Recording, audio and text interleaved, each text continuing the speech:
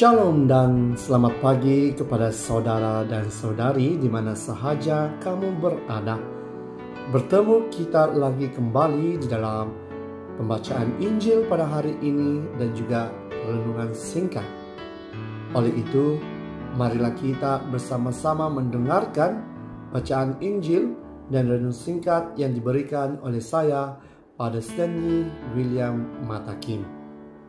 Selamat mendengar.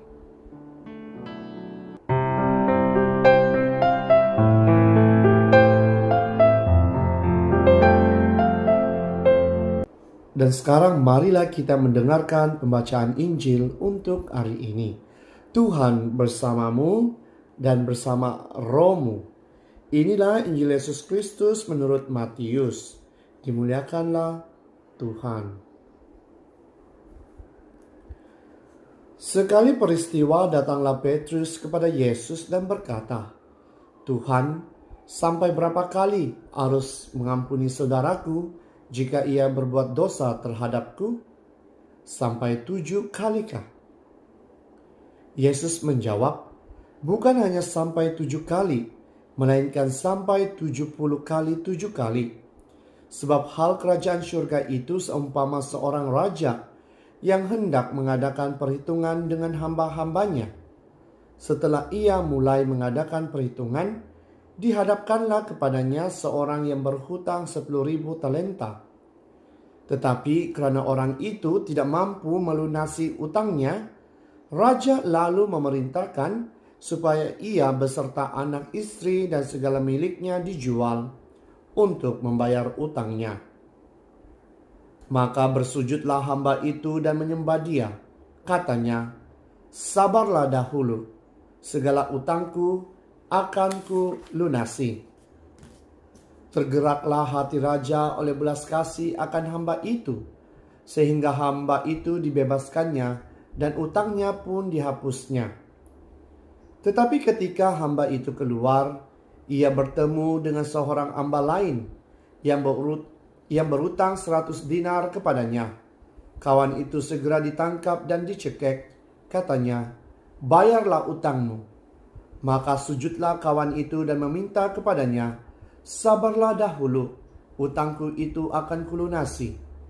Tetapi ia menolak dan menyerahkan kawannya ke dalam penjara sampai semua utangnya ia lunasi. Melihat itu, kawan-kawannya yang lain sangat sedih, lalu menyampaikan segala yang terjadi kepada tuan mereka.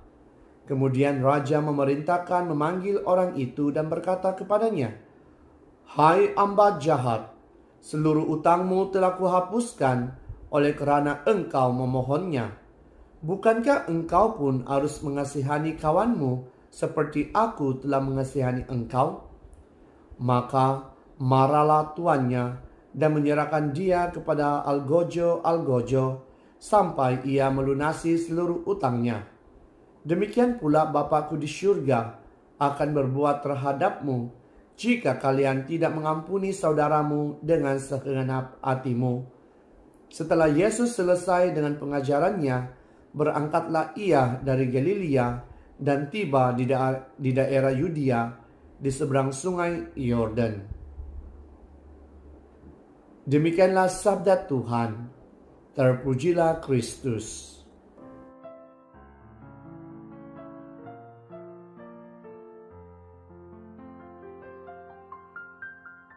Saudara dan saudari yang seiman dalam Yesus Kristus, di dalam Injil pada hari ini kita dapat mendengar bagaimana Petrus mengatakan kepada Yesus, berapakah kali harus dia mengampuni.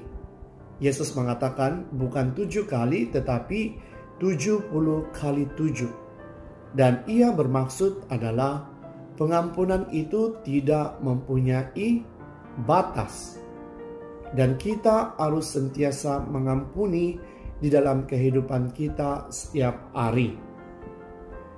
Saudara dan saudari yang seiman dalam Yesus Kristus, pemahaman kita manusia tentang pengampunan adalah sangat terhad, seperti yang difikirkan oleh Petrus. Tetapi pada saat ini, hari ini, Yesus mengajak kita untuk senantiasa mengampuni dan mengasihi semua orang. Karena Yesus sendiri telah menunjukkan kepada kita sewaktu dia diseksa, didera, dan sebelum dia mati di kayu salib. Dia mengatakan, "Ampunilah mereka, karena mereka tidak tahu apa yang mereka lakukan." Inilah yang dikatakan oleh Yesus ketika dia berada di atas kayu salib sebelum dia mengembuskan nafasnya. Jadi Yesus mengajar kita untuk sentiasa mengampuni di antara satu sama yang lain. Jadi persoalannya, maukah kita untuk mengampuni? Maukah kita untuk sentiasa mengasihi? Saudara dan saudari,